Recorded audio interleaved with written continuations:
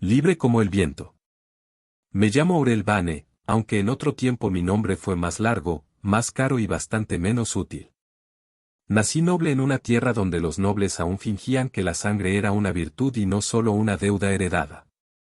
Tenía escudo, apellido, educación, maestros de música, ropa fina, una mesa demasiado grande y parientes que sonreían como si toda conversación fuera un contrato envenenado. Después perdí casi todo. No por una gran batalla, ni por una traición digna de canción.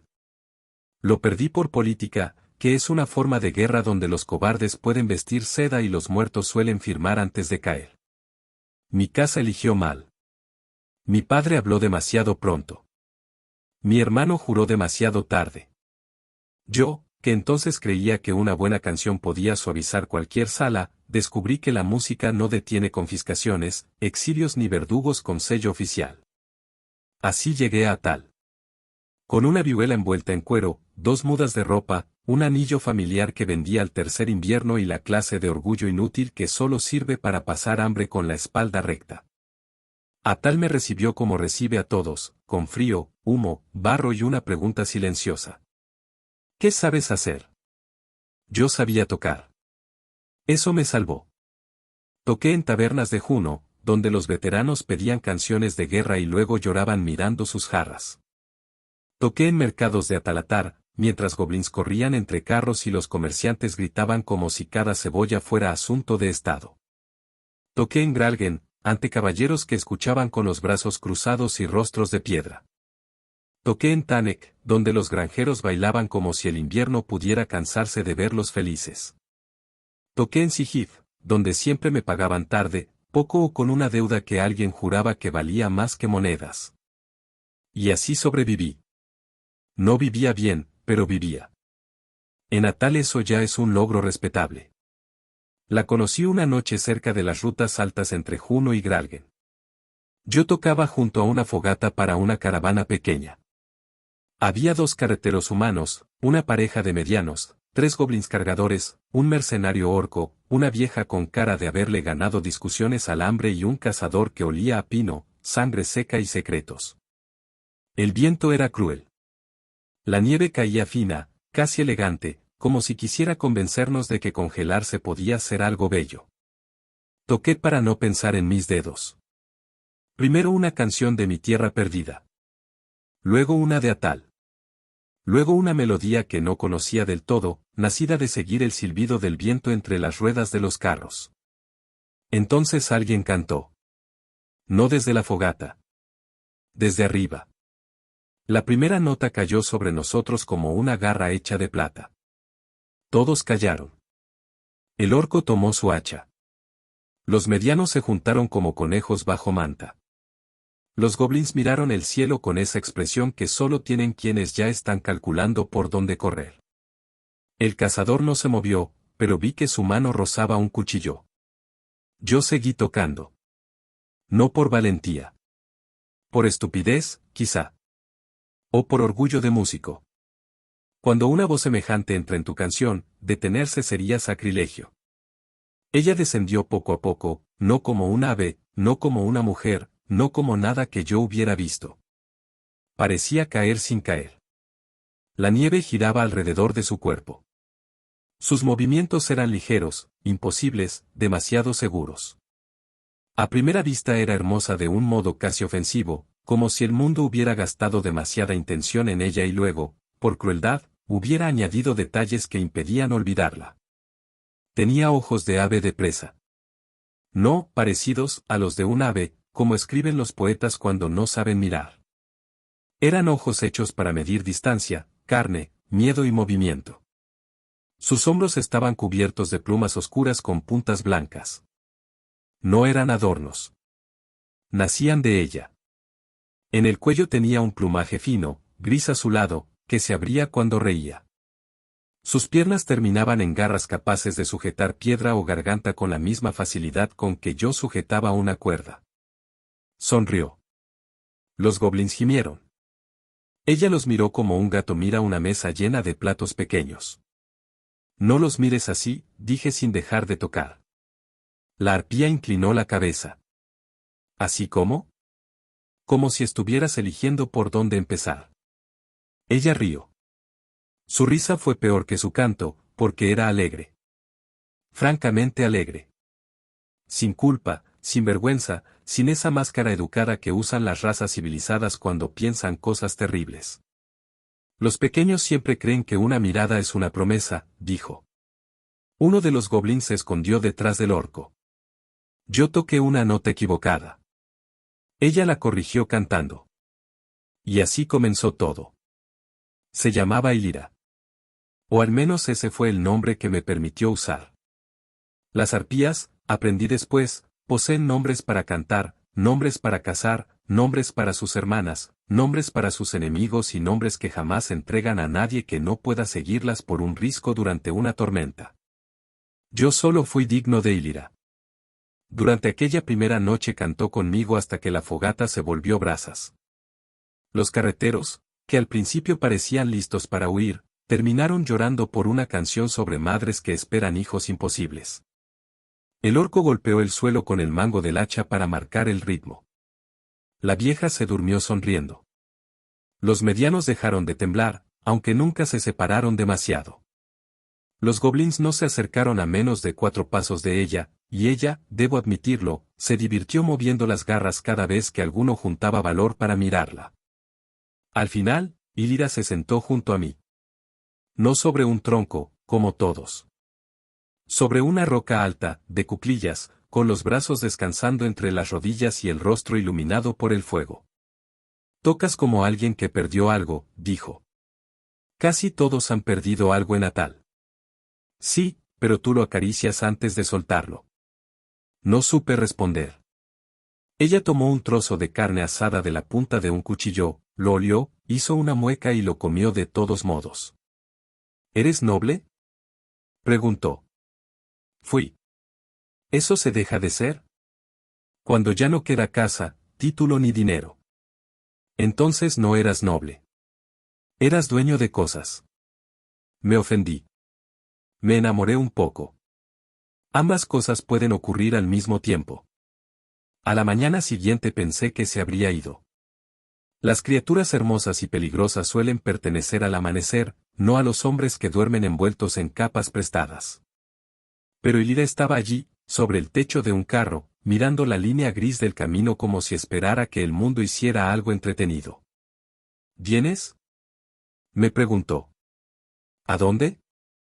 Tú caminas. Yo también. Tú tocas.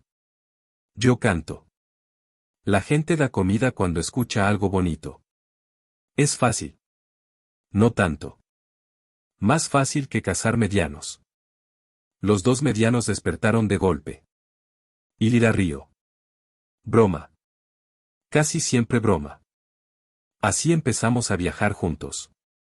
Durante los primeros meses fuimos una rareza. Después, un espectáculo. Luego, una amenaza aceptable. Finalmente, en ciertas rutas, una especie de mala costumbre que la gente esperaba con nervios y monedas preparadas. Yo tocaba. Ella cantaba. Y cuando Ilira cantaba, hasta tal parecía escuchar. En Juno, cantó sobre murallas, lobos y tabernas donde los hombres hacen promesas antes de estar sobrios. Los veteranos la adoraron, aunque jamás se sentaban de espaldas a ella. En Gralgen, cantó desde una torre vieja mientras la nieve se acumulaba en las almenas. Los caballeros fingieron indiferencia, pero uno de ellos dejó caer lágrimas sobre su barba y luego me amenazó para que no lo mencionara. En Atalatar, ciudad enorme, hambrienta y brillante, cantó en la ciudad exterior y juntamos más monedas en una tarde que en 3 semanas de ruta. Los goblins la miraban con terror y fascinación. Ella les guiñaba un ojo y decía, pequeños, rápidos, ruidosos. Como pájaros sin alas. No les digas eso, le pedí. ¿Por qué? Es bonito. No para ellos. Entonces deberían tener alas. En Sigif, un mediano banquero intentó pagarnos con un pagaré. Ilira lo levantó del cuello de la chaqueta y lo dejó colgando sobre un canal hasta que recordó tener monedas reales. No lo lastimó. Ni siquiera lo insultó. Solo le sonrió con todos los dientes visibles. ¿ves? Me dijo después. Los pequeños también entienden cuando se les habla en su idioma. Eso no era idioma. Claro que sí. Era altura. En Tanek, bailó con granjeros bajo una lluvia helada y terminó cargando sobre los hombros a 3 niños humanos que chillaban de felicidad. En Karan, donde la plata hace que los hombres crean que la tierra les debe obediencia, cantó para mineros agotados y luego ganó una apuesta levantando una viga que 2 hombres apenas movían. En Kegon, los Gnolls la observaron con respeto incómodo.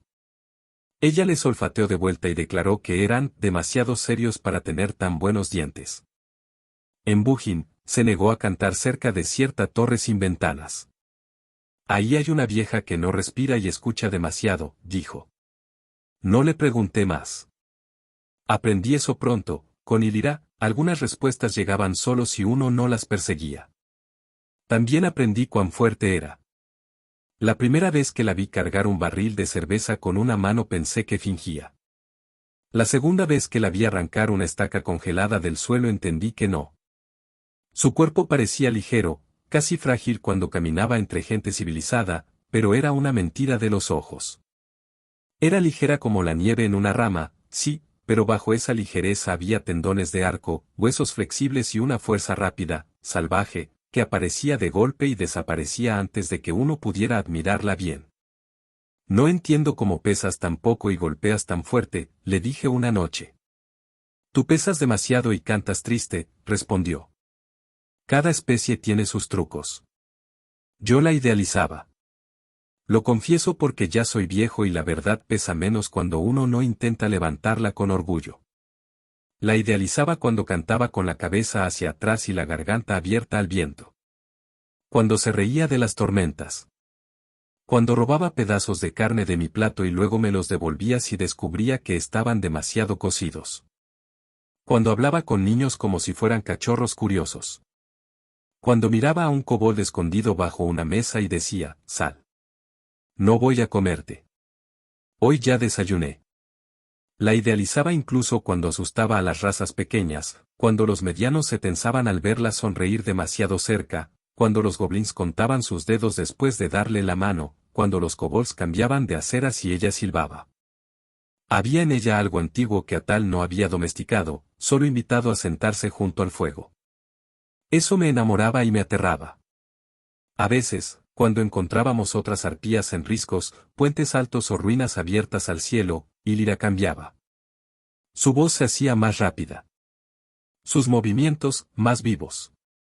Las otras la saludaban con una frase que al principio creí canción y luego comprendí que era deseo, saludo, bendición y advertencia, sé libre como el viento, bella como la nieve y peligrosa como el invierno.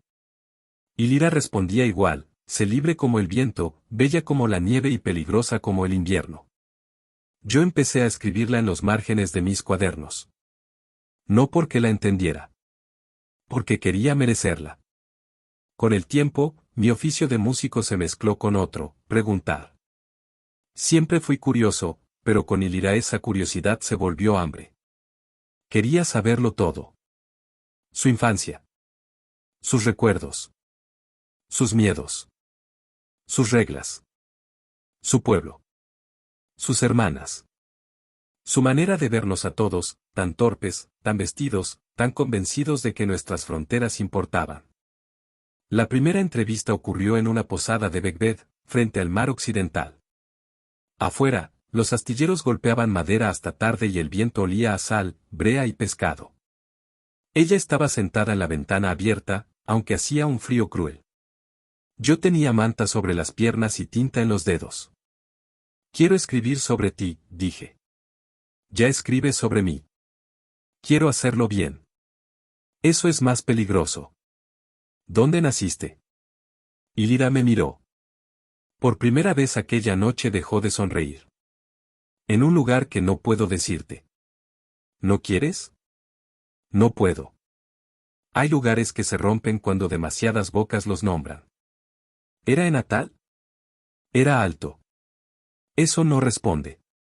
Para una arpía responde bastante. No insistí. ¿Recuerdas a tu madre? Sí. Mi pluma se detuvo. ¿Cómo era? Muchas. No entiendo. Claro que no. Eres de los que cuentan familia como si fueran cofres con dueño. Se acomodó en la ventana, las garras sujetas al marco sin esfuerzo. Las mayores nos criaron. Las que ya habían decidido quedarse. Las que sabían canciones largas, rutas seguras, nombres prohibidos, donde esconder huevos, que humanos cumplen pactos, que cazadores mienten, que viento rompe alas y que silencio anuncia hambre. Una nos daba carne.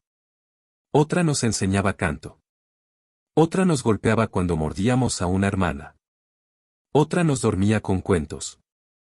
Otra nos llevaba al borde del risco y decía, si caes, aprende antes de tocar piedra. ¿Y tu madre verdadera? Y Lira inclinó la cabeza. Todas eran madre. Todas eran hermana. Todas eran hija de alguna. Eso nos dijeron. Eso éramos. ¿No sabías quién puso tu huevo? Quizá sí. Quizá no. ¿Importa? A muchas razas les importa. A muchas razas les gusta sufrir por cosas pequeñas. Sonrió otra vez. Entre nosotras, si una cría llora, cualquiera la levanta. Si una hermana sangra, cualquiera pelea. Si una canta mal, todas se burlan. Es sencillo. ¿Y los padres? Son historias de viaje. Eso suena cruel. No.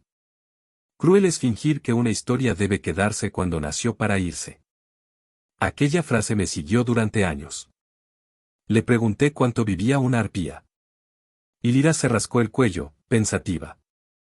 Hasta que se cansa. Hasta que se rompe. Hasta que el viento la olvida. Nadie sabe. En Natal dicen que son jóvenes toda su vida hasta que deciden ser viejas. Buen dicho. ¿Es cierto? Más o menos.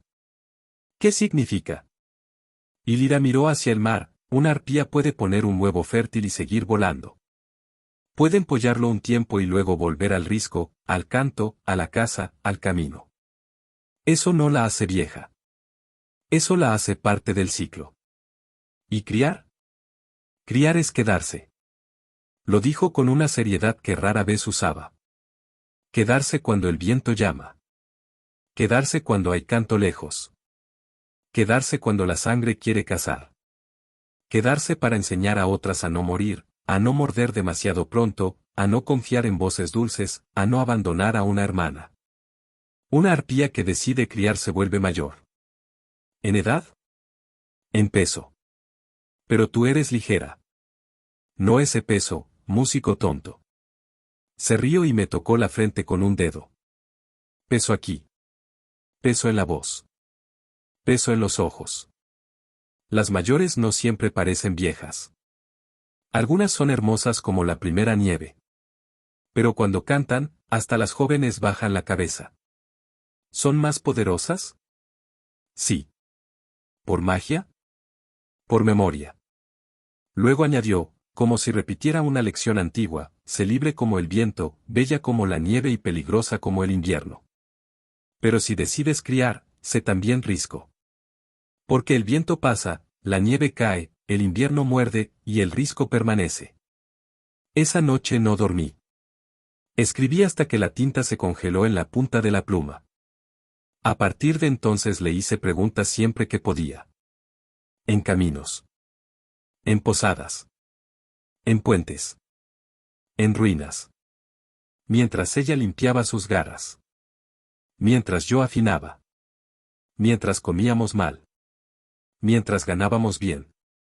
Mientras huíamos de un tabernero que no apreció una improvisación sobre su bigote. ¿Por qué las arpías cantan tanto? Pregunté una vez. Porque gritar todo el tiempo cansa. ¿Eso es una respuesta? Es una buena. ¿Y seducir? También es canto. Pero con más ojos. ¿Por qué cazan por placer? Porque estar viva debe sentirse en los dientes. Eso espanta a la gente. La gente se espanta de todo. Del hambre. Del deseo. De la risa fuerte. De los cuerpos que no entienden. De los muertos. Del silencio. De los impuestos. De las mujeres que no piden permiso para tener hambre. No todas las mujeres cazan hombres desde los riscos. No todas tienen buenos riscos. En Dunguria, mientras pasábamos cerca de forjas y túneles donde el mundo parecía hecho de hierro y vapor, le pregunté por los enanos. Me agradan, dijo. Siempre invitan cerveza. También son obstinados, orgullosos y desconfiados. Como todos, pero con barba. ¿Y los hobgoblins? Demasiado serios. Pero cómodos. No hacen preguntas tontas cuando una hermana tiene garras. ¿Los humanos? Sonrió. Cálidos. Ruidosos. Tristes. Deliciosamente fáciles de sorprender. Y cocinan bien cuando no intentan impresionar. ¿Los goblins? Pequeños y difíciles de distinguir. Eso no es amable. Yo no dije que fuera insulto. Los miras como presa. A veces. Y Lira. ¿Qué? Tú miras pasteles como presa. Los pasteles no tienen miedo. Porque son valientes. Yo suspiré. Ella se echó a reír. En otra ocasión, cerca de Karan, vimos a un grupo de mineros humanos negarse a compartir fuego con unos kobolds. No por falta de espacio. Por desprecio. Los kobolds se quedaron al borde del campamento, temblando bajo mantas delgadas. Y Lira observó aquello con una confusión tan sincera que me dolió. No entiendo, dijo. ¿Qué cosa? Ellos tienen fuego. Los pequeños tienen frío. ¿Por qué no se juntan? Porque no los consideran iguales. No lo son. Me giré hacia ella. ¿Ves? No, músico tonto. Nadie es igual. Tú no eres igual a mí. Ese humano no es igual a ese otro. Una hermana que canta no es igual a una que caza. Una que cría no es igual a una que vuela lejos. Pero todas sienten frío de alguna forma. Miró a los mineros. Las razas hablan de sangre como si la sangre fuera una muralla. Pero una arpía puede tener crías de muchas. Humanos, orcos, elfos, quizá otros. Y todas nacen arpías. ¿No significa eso que las razas tienen más en común de lo que quieren admitir? Muchos sabios discutirían eso. Los sabios discuten porque no saben morder la respuesta. Luego se levantó, tomó un leño encendido del fuego humano sin pedir permiso y lo llevó a los kobolds. Los mineros protestaron.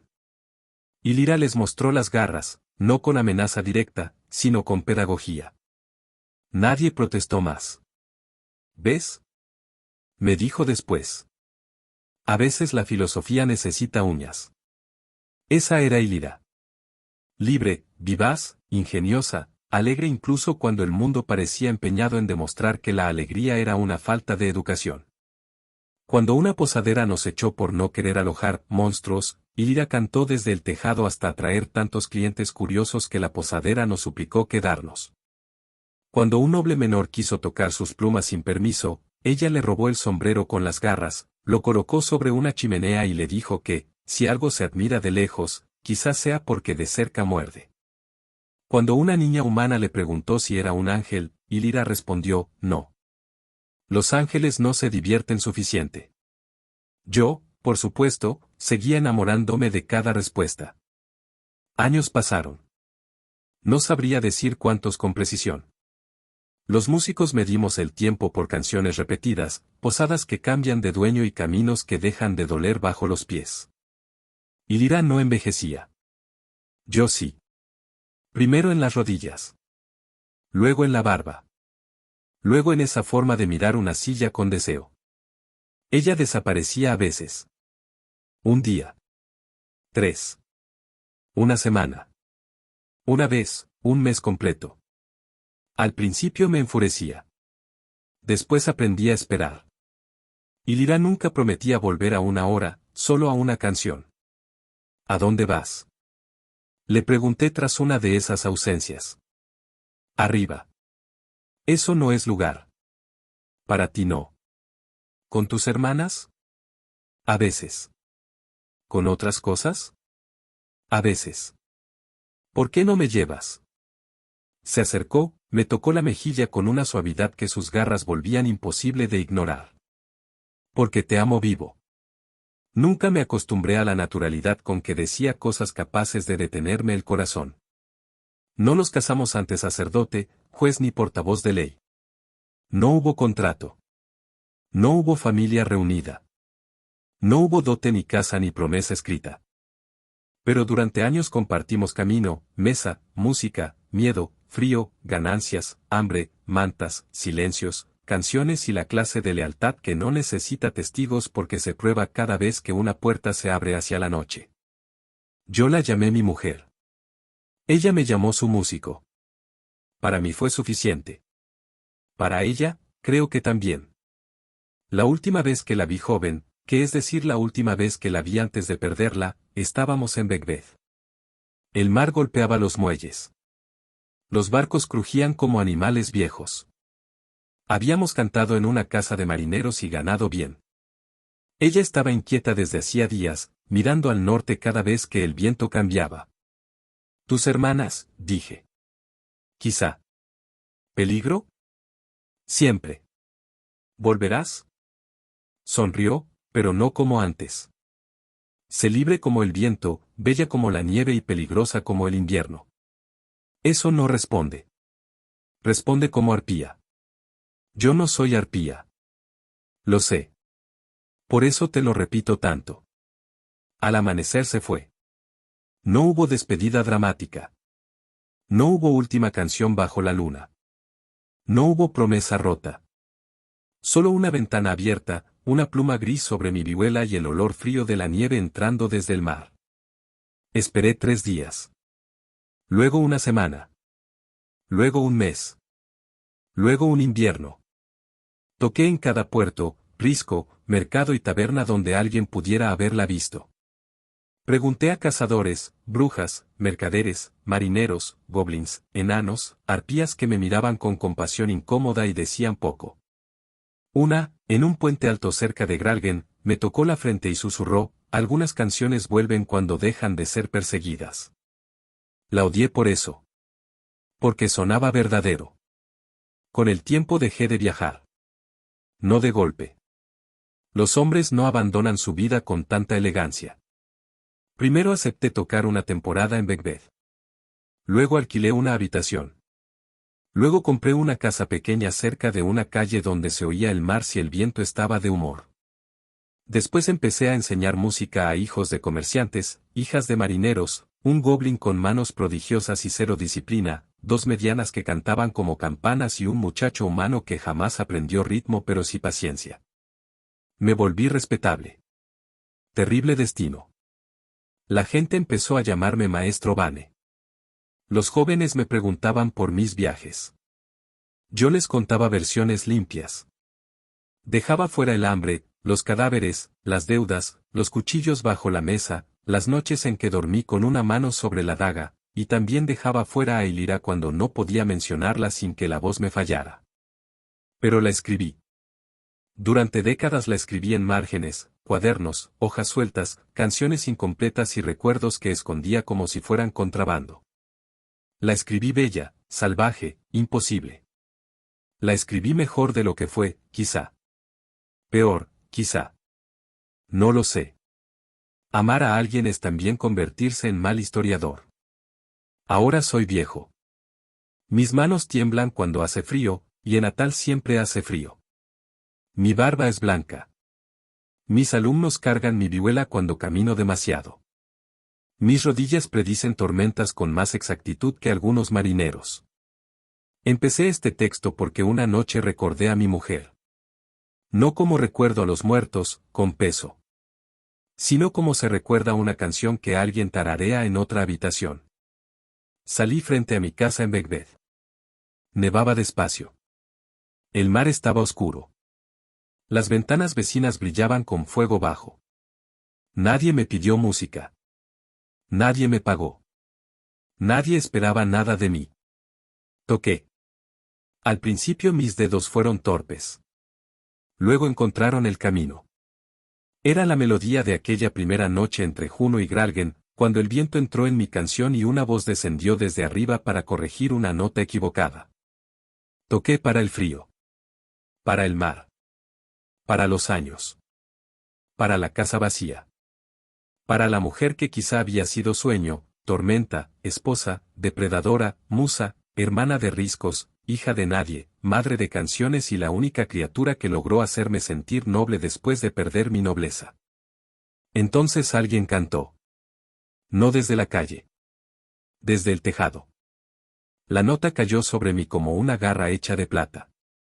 Levanté la vista. Ilira estaba allí. Igual. No parecido. No envejecida. No fantasmal. No recuerdo. Ella.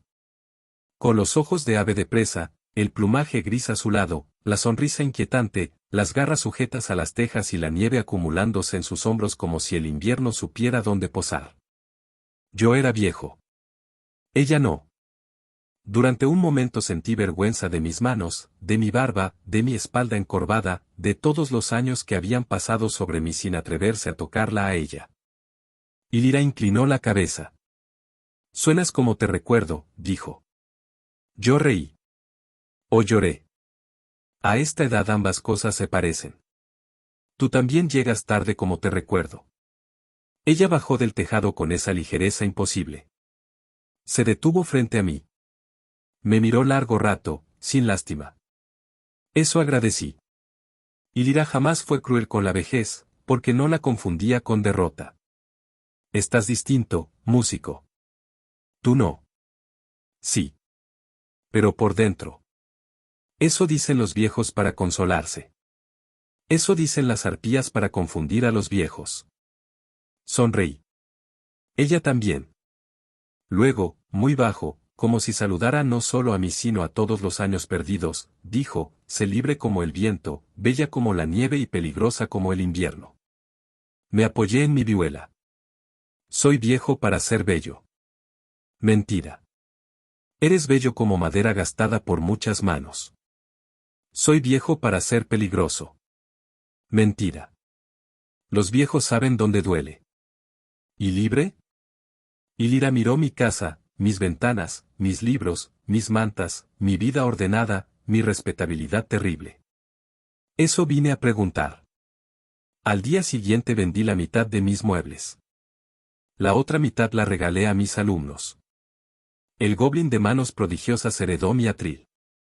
Las medianas, mis cuadernos de ejercicios. El muchacho sin ritmo recibió mi mejor capa, porque la paciencia también merece abrigo. Mi casa quedó cerrada, pero no abandonada. Uno debe dejar siempre un lugar al que volver, aunque solo sea para desafiarlo. Ahora viajo otra vez. Más lento, sí. Con más mantas, también. Ilira se burla de mis infusiones, mis pausas, mi necesidad de sentarme y mi costumbre de decir antes podía caminar más. Yo le respondo que ella sigue entrando por ventanas como una ladrona emplumada sin modales. Ella dice que las puertas son inventos de criaturas tristes. Tocamos en Becbeth, en Juno, en Atalatar, en Tanek. Quizá iremos a Gralgen cuando mis rodillas negocien una tregua. Quizá a Dunguria, donde la cerveza es buena y las forjas cantan bajo la tierra. Quizá al Gran Paso, para ver hacia dónde se abre Anicar. Quizá a algún risco que no pueda nombrar, si alguna vez decido merecer el silencio. No sé cuánto tiempo me queda. Ilira tampoco lo pregunta. Las arpías entienden mejor que nosotros que el presente no es pequeño por ser breve. Anoche, junto a una fogata, un niño kobold le preguntó si pensaba comérselo. Ilira abrió mucho los ojos, mostró los dientes y dijo, hoy no. Estás demasiado flaco. Come primero. El kobold chilló. Luego rió.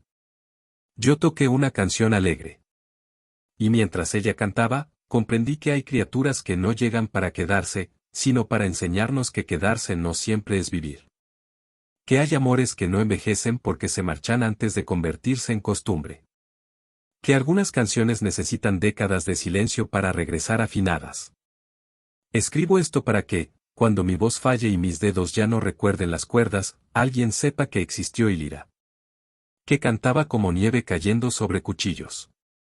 Que reía ante el hambre, el miedo y la nobleza. Que no comprendía por qué las razas se odiaban tanto si todas temblaban bajo el mismo invierno. Que podía levantar un barril con una mano y consolar a un niño con una frase absurda. Que miraba a los pequeños como presa, sí, pero también como criaturas dignas de ser sorprendidas, protegidas o molestadas según el humor del día. Que decía, como saludo, promesa y advertencia, sé libre como el viento, bella como la nieve y peligrosa como el invierno. Y escribo también para confesar algo que mi yo joven habría adornado con metáforas y mi yo viejo puede decir sin vergüenza, yo la amé. La amé cuando llegó. La amé cuando se fue. La amé cuando volvió. Y ahora que camino otra vez por Atal, viejo, lento, cubierto de mantas, con una arpía inmortal cantando sobre mi música y riéndose de mis rodillas, creo que al fin entiendo lo que quiso decir aquella primera noche. No era noble quien poseía cosas. No era libre quien no debía nada. No era joven quien no envejecía. Era libre quien todavía podía escuchar una canción desde el tejado, abrir la puerta y salir al camino. Así que salgo. Y cuando el viento se levanta, Lira canta delante de mí, hermosa como mi recuerdo y peligrosa como todo lo verdadero. Yo la sigo. No tan rápido como antes. Pero con mejor música.